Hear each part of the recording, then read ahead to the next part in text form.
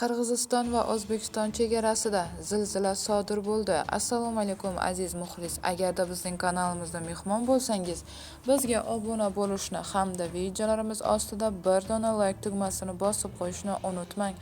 Qirg'iziston O'zbekiston chegarasida 25-mart kuni kechqurun 4 balli zilzila sodir bo'ldi. Bu haqda Qirg'iziston Milliy fanlar akademiyasi Seysmologiya instituti xabar berdi. Xabarga ko'ra, zilzila soat 20:00 da Toshkent vaqti bilan 19:00 da qayd etilgan. Uning cho'g'i Qirg'iziston va O'zbekiston chegarasida Burgendi qishlog'idan 4 kilometr janubi-g'arbda, Monbekva qishlog'idan 12 kilometr janubi-g'arbda, Qo'chqor-Otadan 18 kilometr janubi-g'arbda, Uchqo'rg'on shahridan 18 kilometr janubi-sharqda, Shamal-Disyor qishlog'idan 20 kilometr janubi-sharqda joylashgan.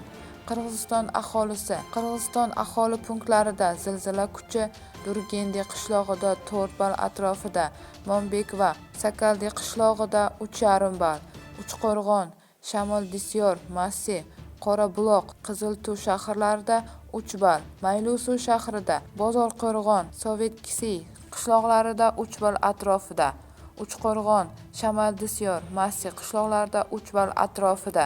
Ma'lumot o'rnida 25-mart kuni soat 19:00 da Andijon viloyatida 3,8 magnitudali zilzila qayd etildi.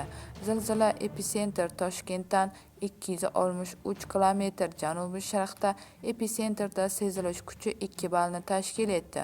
O'zbekiston hududida sezilish kuchi Paxtaobod tumanida 2 ball, 13 kilometr, Isboskan tumanida 2 ball, 17 kilometr, Uchqo'rg'on tumanida 2 ball, 20 kilometr bilingan edi.